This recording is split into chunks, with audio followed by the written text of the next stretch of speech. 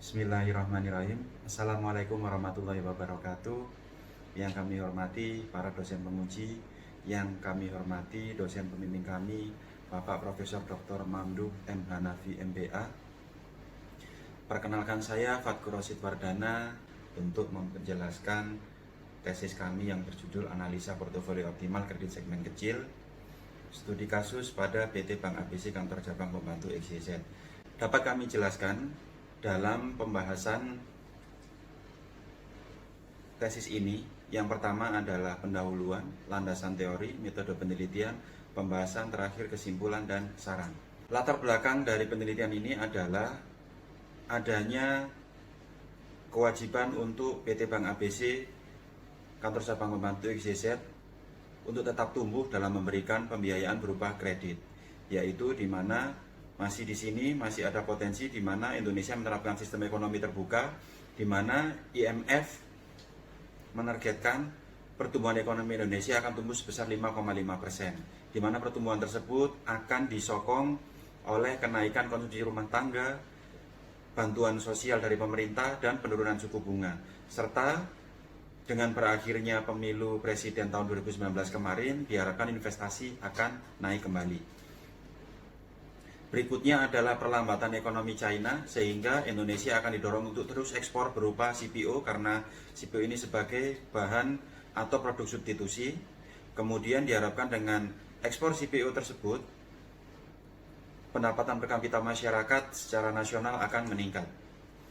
Selain itu, latar belakang yang mengharuskan bahwasannya kredit tetap harus disalurkan adalah Bank Indonesia harus menjamin bahwasannya Bank Indonesia tetap menjamin setiap perbankan yang ada di Indonesia ini fungsi intermediarinya tetap berjalan, dan lebih-lebih lagi harus berjalan dengan optimal, di mana Bank Indonesia telah memberikan BI 7 days repo, reverse repo rate sebesar 5%, kemudian depositi facility rate sebesar 4,25% dan lending rate sebesar 5,75%. Dengan instrumen tersebut diharapkan pertumbuhan kredit secara nasional akan meningkat 10 hingga 12%. Berikut juga diikuti dengan kenaikan dana pihak ketiga 8 hingga 10%. Nah, sebagai pendahuluan, PT Bank ABC ini memiliki sektor pembiayaan yang mayoritas pada sektor UMKM sebesar 78% dan korporasi sebesar 22%, di mana segmen kredit yang diberikan adalah mikro, retail menengah, konsumer, dan korporasi.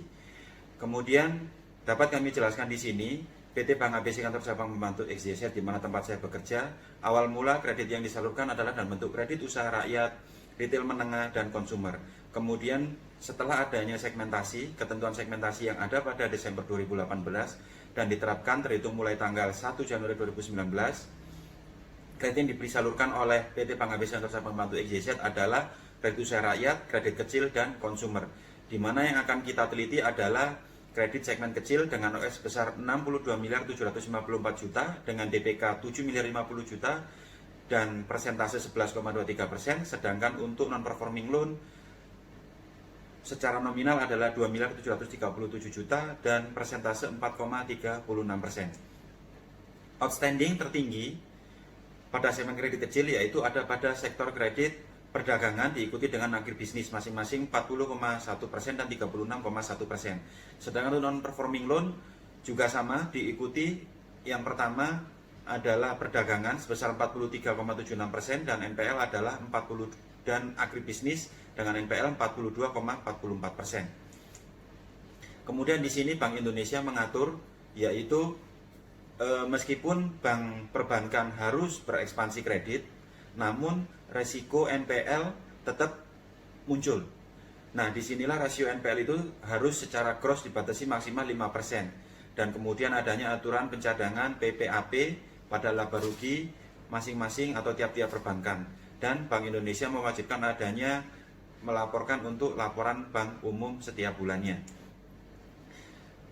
Dapat kami disampaikan di sini beberapa hal. Yang pertama adalah rumusan masalah, yaitu portofolio PT Bank ABC Kantor Cabang Pembantu XYZ Januari hingga Desember 2019 setelah dilakukan resegmentasi, bagaimana dampaknya Kemudian kenaikan outstanding tersebut diharapkan tidak diikuti dengan kenaikan NPL. Yang ketiga adalah NPL tertinggi terdapat pada sektor pembayaran mayoritas, dapat kita lihat tadi adalah pada sektor perdagangan dan diikuti dengan agribisnis. Kemudian pertanyaan penelitian, apakah portofolio PT Bank ABC kantor cabang pembantu XYZ yang saat ini telah optimal atau belum? Yang kedua adalah kenaikan tingkat pengembalian dan resiko jika menggunakan portofolio yang optimal. Tujuan dari penelitian ini adalah yang pertama adalah bagaimanakah tingkat pengembalian dan resiko kredit pada masing-masing sektor ekonomi. Kemudian yang kedua adalah menganalisis dan mencari komposisi portofolio kredit dengan teori Markowitz. Yang ketiga adalah implementasi manajemen portofolio untuk mengoptimalkan pengembalian dan pengendalian NPL. Manfaat dari penelitian ini yang pertama adalah mengukur kombinasi portofolio dengan risiko terendah, yang kedua mengukur komposisi portofolio paling optimal dan tidak subjektif atau lebih objektif. Yang ketiga adalah pertimbangan PT Bank ABC kantor cabang pembantu XYZ memberikan kredit bagi sektor ekonomi tertentu dengan menggunakan metode Markowitz. Sistematika yang pertama adalah bab 1 pendahuluan, bab 2 adalah landasan teori, bab 3 adalah metode penelitian, bab 4 adalah pembahasan, dan bab kelima adalah kesimpulan dan saran. Alur dari penelitian ini yang pertama adalah mempelajari teori metode Markowitz, diversifikasi, portofolio optimal, return, dan resiko portofolio. Kemudian pengumpulan data dan pengolahan data pada tahap kedua, yaitu data yang ada pada PT Bank ABC kantor cabang pembantu XYZ berdasarkan sektor ekonomi untuk periode Januari sampai dengan Desember 2019, yaitu pada periode setelah resegmentasi. Tahap yang ketiga adalah proses perhitungan dengan menghitung return, resiko, dan komposisi per sektor ekonomi menggunakan rumus Markowitz. Kemudian untuk tahap keempat adalah simulasi komposisi sektor ekonomi dengan menggunakan tool solver yang ada pada Microsoft Excel dengan asumsi portofolio kredit dengan return tertinggi dan resiko yang paling rendah. Kemudian yang kelima adalah perbandingan komposisi kredit. Kita bandingkan komposisi menurut teori Markowitz dengan yang ada saat ini dengan menggunakan tool solver, kemudian penyajian hasil dan analisis. Tahap ketujuh adalah kesimpulan dan saran. Kemudian yang terakhir adalah diterapkan teori Markowitz itu dapat diterapkan. Kemudian dapat kami jelaskan profil PT Bank XYZ, khususnya kantor cabang pembantu XYZ merupakan bank BUMN yang memberikan segmen kredit atau menyalurkan segmen kredit dalam bentuk kredit kecil, program, dan konsumer. Terletak di Amurang, Minahasa Selatan, Provinsi Sulawesi Utara. Landasan teori yang kami gunakan adalah teori perbankan, kredit, teori portofolio, teori diversifikasi, teori portofolio efisien, dan portofolio optimal. Baik, untuk metode penelitian yang kami gunakan adalah studi kasus, di mana data yang kami gunakan adalah khusus kredit segmen kecil, di mana kredit segmen kecil adalah kredit dengan plafon lebih dari 200 juta dan kurang dari 1 miliar. Kemudian yang digunakan adalah data outstanding dan pendapatan bunga. Periode yang digunakan yang kami amati adalah Januari hingga Desember tahun 2019, yaitu posisi akhir bulan.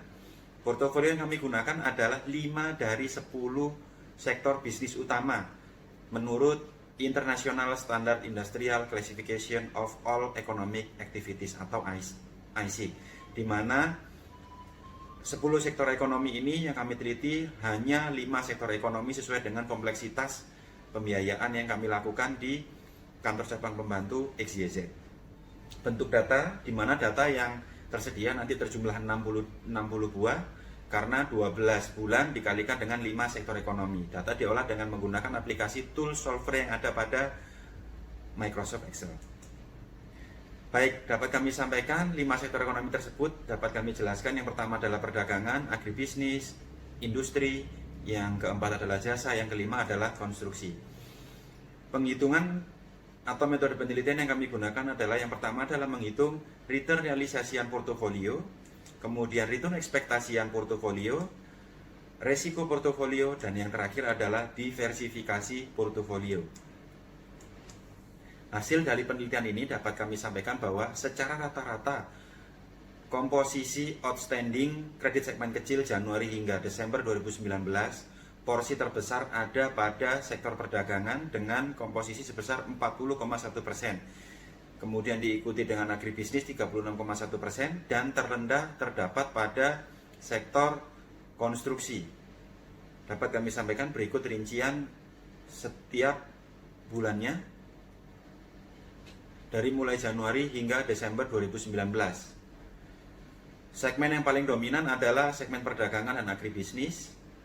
Kemudian untuk komposisi pendapatan bunga, karena secara outstanding terbesar adalah perdagangan agribisnis, maka hal yang sama komposisi pendapatan bunga pun juga akan mengikuti, yaitu pada sektor perdagangan dan agribisnis. Kemudian untuk expected return, di mana expected return ini kami olah dengan menggunakan Microsoft Excel, yaitu untuk bulan Januari sampai dengan Desember, dan menjadi tahun dasar adalah Januari 2019. Mengapa hal tersebut? Karena periode resegmentasi diterapkan terhitung mulai tanggal 1 Januari 2019.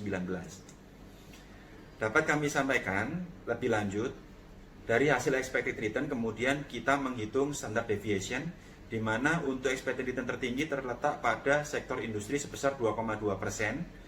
Kemudian untuk standard deviation tertinggi atau resiko tertinggi terdapat pada sektor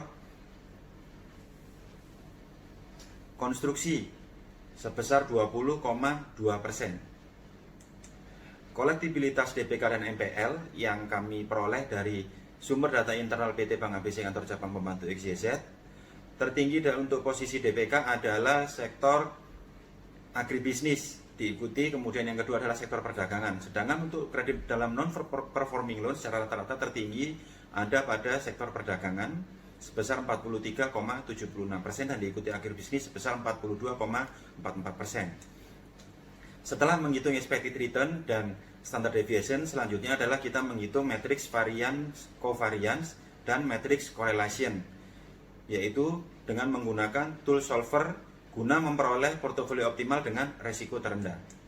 Portofolio optimal yang dihasilkan kita bandingkan dengan portofolio existing, yaitu di mana kenaikan porsi tertinggi ada pada sektor jasa sebesar 26,23% dan kemudian diikuti oleh sektor konstruksi sebesar 15,38% serta sektor industri 4,61%. Kenaikan porsi sektor tersebut, tiga sektor tersebut didukung dengan rendahnya data mengenai rata-rata kredit non-performing loan untuk masing-masing sektor jasa sebesar 12,22%, industri 1,58%, dan konstruksi sebesar 0%. Kemudian dengan porsi segmen kredit tersebut menurut teori Markowitz dapat kami sampaikan porsi terbesar yaitu kenaikannya tadi dari tabel sebelumnya ada pada sektor jasa, yaitu saat ini sektor jasa memiliki porsi sebesar 35%, artinya terdapat penambahan 26,23%, dan penurunan porsi tertinggi terdapat pada sektor perdagangan yang saat ini merupakan sektor pembiayaan mayoritas. Penurunan tersebut sebesar 40,1%. Kemudian untuk efisiensi set, yaitu di mana merupakan titik yang berwarna kuning itu adalah titik portofolio optimal menurut metode Markowitz, di mana expected return adalah 1,6% dan standar deviasi adalah 0,04%. Kemudian perbandingan expected return dan standar deviasi antara komposisi yang ada saat ini dengan komposisi menurut Markowitz, yaitu